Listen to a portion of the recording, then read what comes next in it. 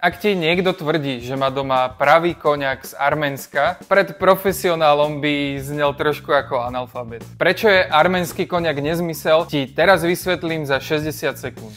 Na Slovensku to takto vyzerá častejšie, než by sa mi páčilo. Ja milujem koniak. To tam ale musíte povedať. Haló.